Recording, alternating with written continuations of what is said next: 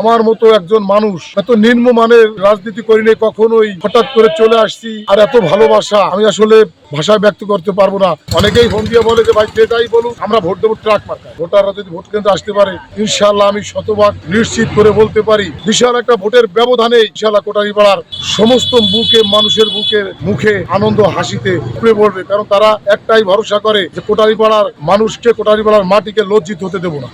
সত্যি কথা বলতে আপনারা বলেন টুঙ্গিপাড়া অনেকের বাড়ি বা গোপালগঞ্জ জেলার বাইরেও অনেকের বাড়ি, এটা আমার দেখার বিষয় না।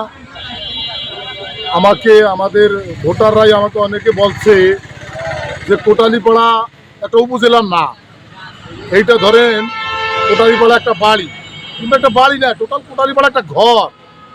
আমরা একই ঘরের ভিতরে বসবাস করতেছি, জীবনযাপন করতেছি, সুখ দুঃখে একে অপরের সাথে শেয়ার করতেছি। সেক্ষেত্রে অনেকে বলে যে বাইরে থেকে অনেকে এসে আমাদের প্রতি নির্যাতন, বিভিন্নভাবে টর্চারিং, বিভিন্ন যন্ত্রণা দিচ্ছে। তো আমাদের কোটালীপাড়া না, আমাদের একটা ঘরের ছেলে যদি নির্বাচিত হয় আমরা ওনাকে সুখে দুঃখে আনন্দে সব কিছু মিলাইয়া যেন তাদের মনে হইতেছে আমি তাদের সন্তান। কোটালীপাড়া বা কোটালীপাড়া নামক একটা বাড়ি বা একটা ঘরের বাইরে ভোট দিতে চাচ্ছে না, এরকমের আশঙ্কা পেয়েছি। অনেকেই ফোন দিয়ে বলে যে ভাই যেটাই বলুন আমরা ভোট দেবো ট্রাক মার্কায়। কারণ ট্রাক এইটা আমাদের ঘরের মার্কা, ট্রাক আমাদের পরিবারের মার্কা, ট্রাক আমাদের বাড়ির মার্কা। সুতরাং ট্রাকের বাইরে আমরা কেউ ভোট দেবো না। এভাবে আমরা অনেকেই এটা আপনাদের কাছে সংখ্যা বলে বুঝাতে পারবো না যে কতটা মানুষ আনন্দ করে বলে। মুখের কথা দেখলে তো বোঝা যায় তার মনে কি বলে। তো একবার মন থেকে এত ভালোভাবে আমাকে শক্তি, সাহস, উৎসাহ দিচ্ছে আমার, আসলে আমিও বিশাল খুশি যে আমার মতো একজন মানুষ এত নিম্নমানের, এত রাজনীতি করিনি কখনোই, হঠাৎ করে চলে আসছি। আর এত ভালোবাসা আমি আসলে ভাষায় ব্যক্ত করতে পারবো না যে তাদেরকে কি বলে ধন্যবাদ দেবো বা কি বলে সান্ত্বনা দেব। আমার এইটা মুখে আসে না যে এত ভালোবাসা।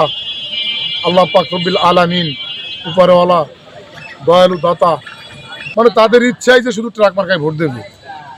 যদি তারা মনে করেন একটু ভয় পায়, অনেকে বিভিন্নভাবে ভোট চায়। এখন আইন শৃঙ্খলা পরিস্থিতি যদি ভালো থাকে, ভোটাররা যদি ভোট কেন্দ্রে আসতে পারে ইনশাআল্লাহ আমি শতভাগ নিশ্চিত করে বলতে পারি বিশাল একটা ভোটের ব্যবধানেই ইনশাআল্লাহ কোটালীপাড়ার সমস্ত মানুষের মুখে আনন্দ হাসিতে উপড়ে পড়বে। কারণ তারা একটাই ভরসা করে যে কোটালীপাড়ার মানুষকে, কোটালীপাড়ার মাটিকে লজ্জিত হতে দেব না।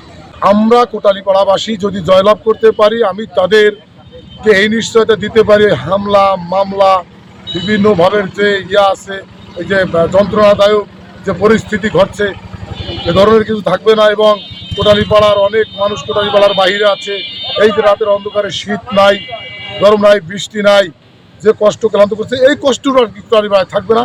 এবং বাড়িতে চোর বদমাশ বা যে নেশাখোর বা বিভিন্ন আছে এ ধরনের প্রবঞ্চনাটা থাকবে না। এরা আনন্দে ও স্বাচ্ছন্দ্যে বসবাস করতে পারবে ইনশাআল্লাহ।